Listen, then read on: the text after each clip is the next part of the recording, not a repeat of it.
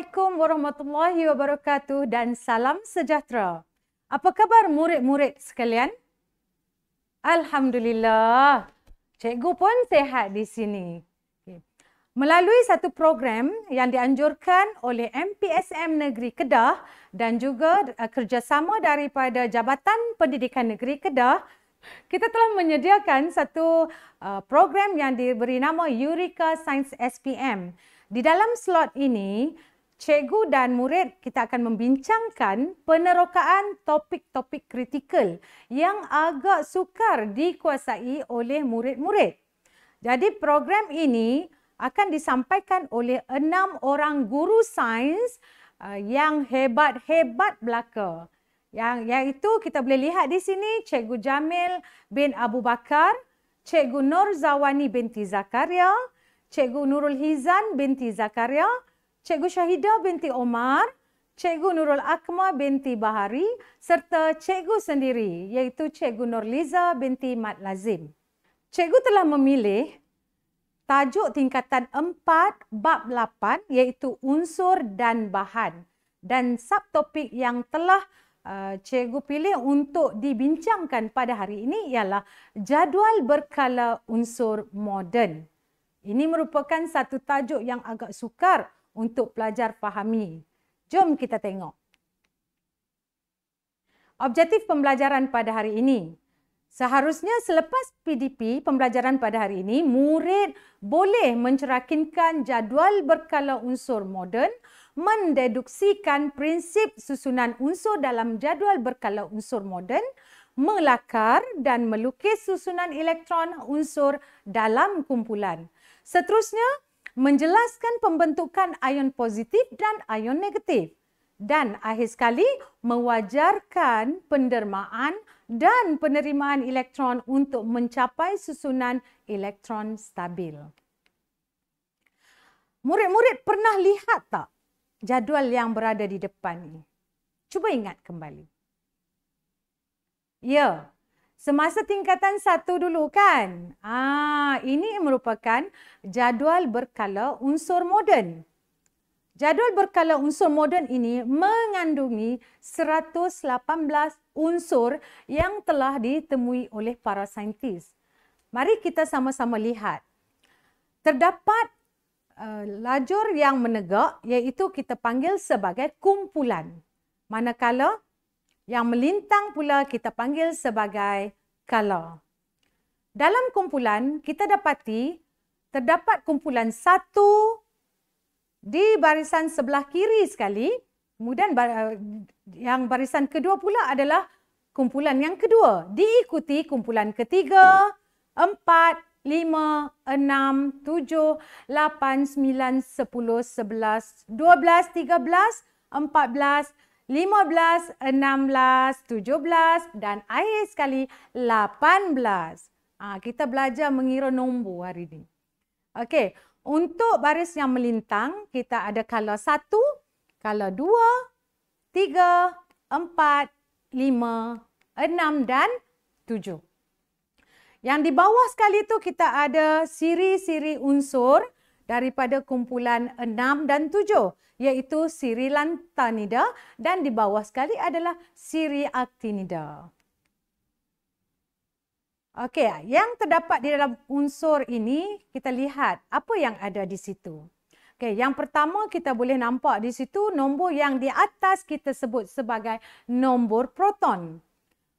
H merupakan simbol unsur bagi hidrogen. Di bawah H ada nama unsur itu sendiri iaitu unsur hidrogen. Manakala yang di bawah sekali pula adalah jisim atom relatif. Mari kita lihat satu lagi contoh, iaitu C adalah karbon. So, nama unsur bagi unsur ini ialah karbon. C mewakili simbol unsur.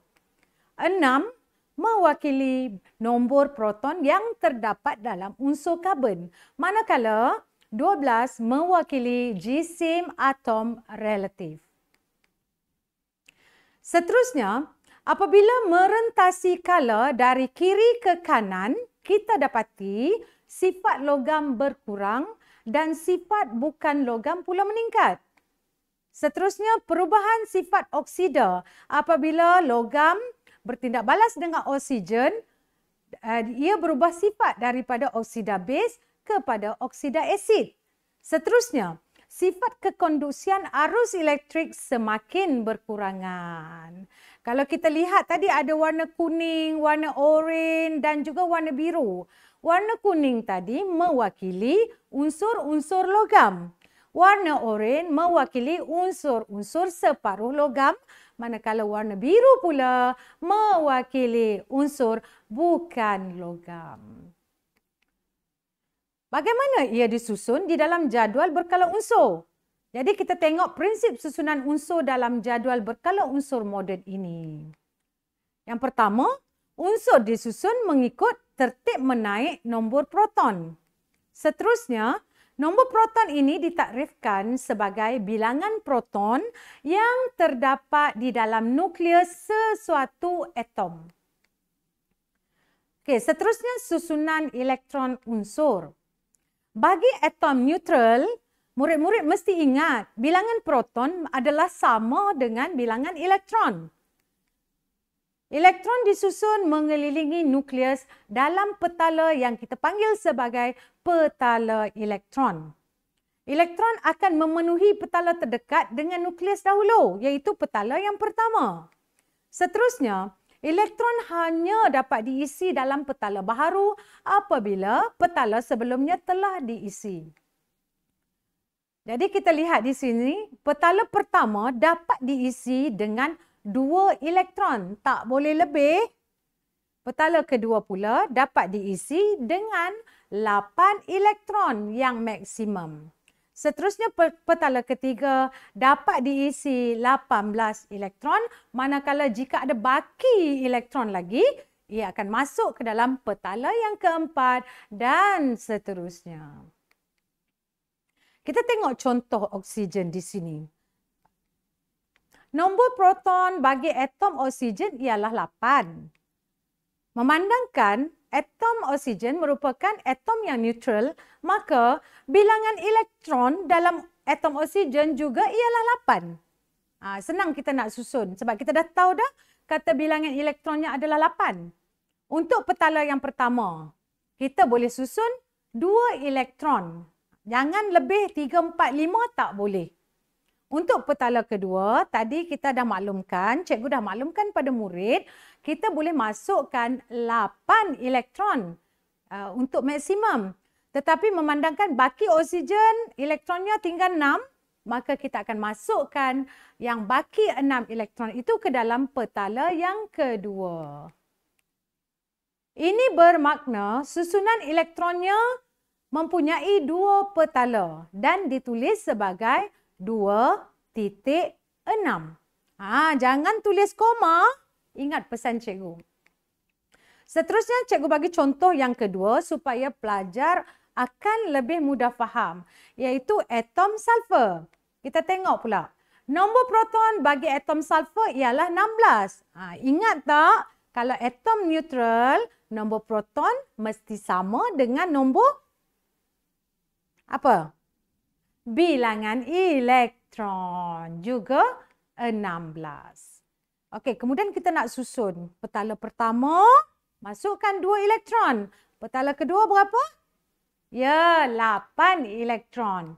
Okey, untuk petala yang kedua kita masukkan 8 elektron. 8 campur 2 baru 10. Bermakna kita ada baki lagi 6. 6 akan dimasukkan dalam petala yang ketiga. Jadi terdapat 3 petala dan susunan elektronnya ditulis sebagai 2.8.6. Bukan 2,8,6. Jangan silap. Seterusnya kita akan lihat sedikit tentang pembentukan ion positif dan ion negatif. Kebanyakan atom mempunyai susunan elektron yang tidak stabil. Jadi kenapa tak stabil? Maka atom-atom ini cenderung untuk membentuk susunan elektron yang stabil. Tak stabil nak jadi stabil. So, bagaimanakah caranya nak menjadikan atom itu stabil? Jom kita lihat sama-sama. Atom neutral membentuk ion. Melalui pendermaan elektron pada petala terluarnya kepada atom lain. Atau satu lagi, menerima elektron pada petala terluar daripada atom yang lain. Ini bagi mencapai susunan elektron duplet atau oktet yang stabil. Murid-murid pernah dengar tak? Duplet, oktet, mungkin tak pernah dengar kan? Jadi mari cikgu terangkan dengan lebih lanjut. Susunan elektron duplet ialah susunan elektron yang stabil yang mempunyai 2 elektron pada petala yang pertama. Hanya satu petala sahaja. Ini kita panggil sebagai susunan elektron duplet. Boleh faham? Okey, yang kedua kita tengok pula oktet. Apa itu oktet? Susunan elektron oktet ialah susunan elektron yang stabil yang mempunyai 8 elektron pada petala terluarnya. Jadi ini menunjukkan susunan elektron oktet bagi unsur neon. Apabila sesuatu atom menderma atau menerima elektron, atom itu menjadi zarah bercas yang kita panggil sebagai ion. Ion positif terbentuk apabila atom unsur logam mendermakan elektronnya. Manakala ion negatif pula akan terbentuk apabila atom unsur bukan logam menerima elektron. Kita lihat contoh bagi atom magnesium. Atom magnesium ini mempunyai 12 elektron. Jadi susunan elektronnya ialah 282 dan mempunyai 3 petala. Kita lihat petala yang paling luar. Petala yang paling luar di sini mempunyai 2 elektron. Maksudnya atom magnesium ini perlu mendermakan 2 elektronnya untuk mencapai kestabilan. Setelah mendermakan 2 elektron, kita lihat di sini akan terbentuk ion magnesium dengan susunan elektronnya 28. Jadi daripada 3 petala akan menjadi tinggal 2 petala sahaja. Pembentukan ion positif magnesium 2 positif terhasil di sini dengan susunan elektron 28. Yang seterusnya kita lihat satu contoh lagi iaitu atom klorin yang mempunyai 17 elektron. Jadi 17 elektron susunan elektronnya ialah 287. Nak mudah faham, kita boleh tambahkan ketiga-tiga nilai. 2 campur 8 campur 7 semestinya 17 elektron. Okey, kita lihat atom klorin. Atom klorin mempunyai 3 petala. Okey, kita lihat ada 3 petala. Betul murid-murid? Jadi petala yang paling luar sekali. Kita lihat petala yang paling luar mempunyai 7 elektron. Untuk mencapai kestabilan, atom klorin perlu menerima 1 lagi elektron untuk menjadi 8. Betul kan murid-murid semua? Okey, apabila ia menerima 1 elektron, maka hasilnya ialah ion klorida, iaitu dengan susunan elektron 288. Pembentukan ion negatif, Cl negatif ataupun ion klorida berlaku di sini dengan membentuk susunan elektron 288.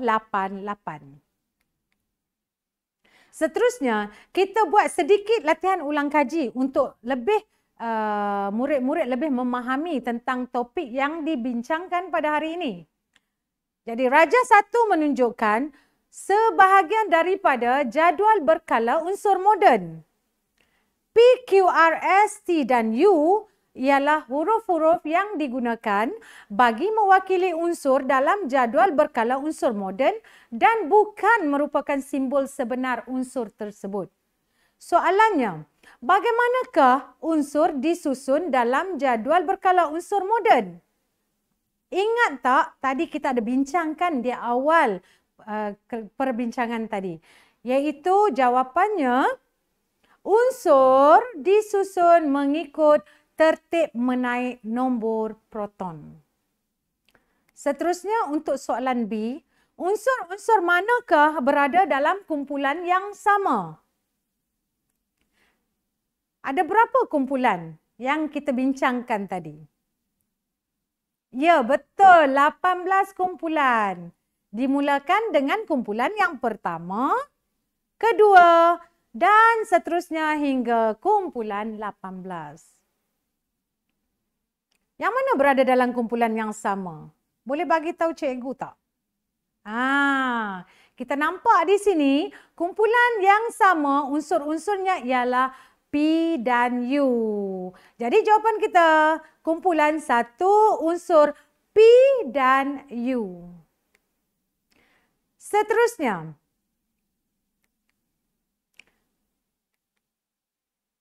Okey, untuk soalan C, unsur manakah yang wujud sebagai atom yang stabil? Jelaskan jawapan anda. Ingat lagi tak, unsur stabil di luar petala yang paling akhir mesti mempunyai 8 elektron. Agak-agak kat mana duduk kumpulan tu? Yang ada 8 elektron dalam petala yang terakhir. Jom kita lihat. Jawapannya ialah R. Kenapa R? Ini kerana susunan elektronnya ialah 28 dan telah mencapai susunan oktet yang stabil, iaitu di petala yang paling luar mengandungi 8 elektron maksimum. Okey, seterusnya untuk soalan D, suatu unsur mempunyai nombor nukleon 32. Dan nombor protonnya ialah 16. Di manakah kedudukannya dalam jadual berkala unsur moden? Pertama sekali, murid mesti membuat susunan elektron terlebih dahulu. Nombor protonnya 16 bermakna bilangan elektronnya juga 16. Jadi kita lihat susunan elektronnya dulu. Susunan elektronnya ialah 286. 286 berada dalam kumpulan 16 sebab yang hujung tu 6, maka ia berada dalam kumpulan 16 dan berada dalam kala yang ketiga. Cuba kira balik.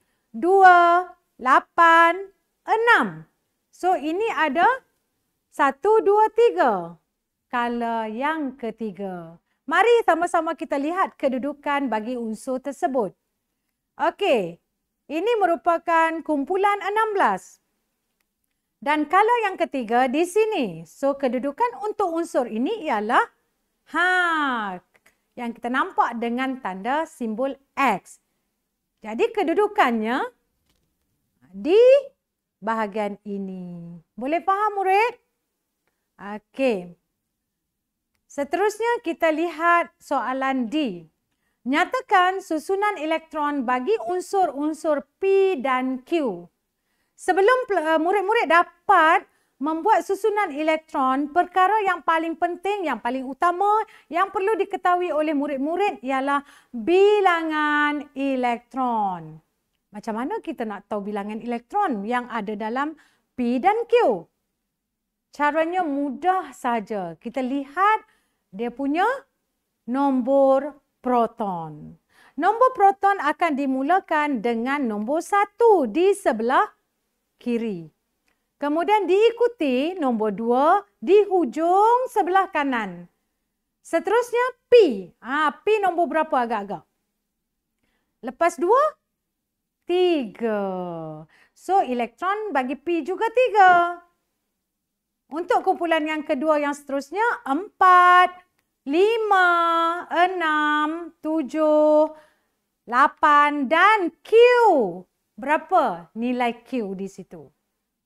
Ya, betul. 9. Jadi kita dapati nombor proton bagi P9 bagi Q pula, nombor proton bagi P3 manakala untuk Q pula ialah 9. Maka susunan elektron yang boleh kita nyatakan di sini, P ialah 2, 1, manakala Q pula ialah 2, 7.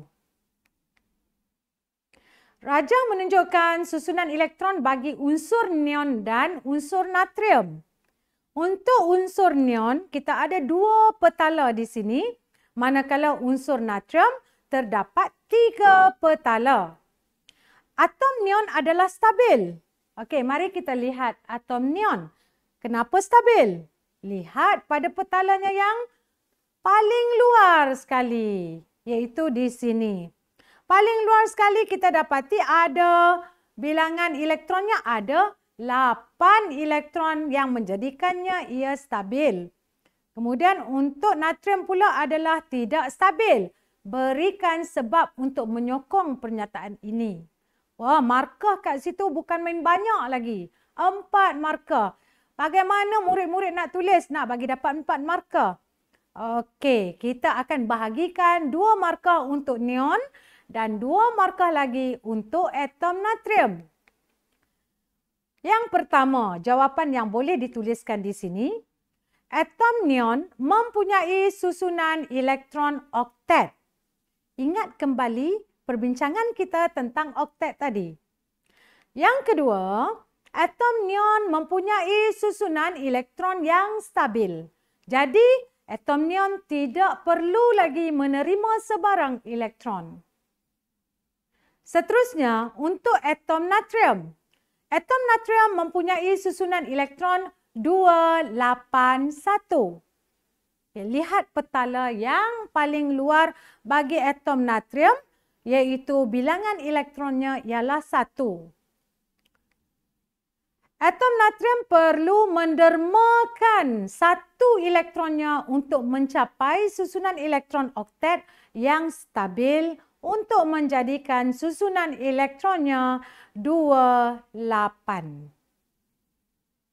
Jadi terdapat 4 jawapan di sini dan kita akan memperolehi 4 markah bagi latihan ini. Sekian saja daripada saya, Cikgu Nurliza binti Malazim dari Sekolah Menengah Kebangsaan Air Hitam. Sekian, terima kasih. Assalamualaikum warahmatullahi wabarakatuh.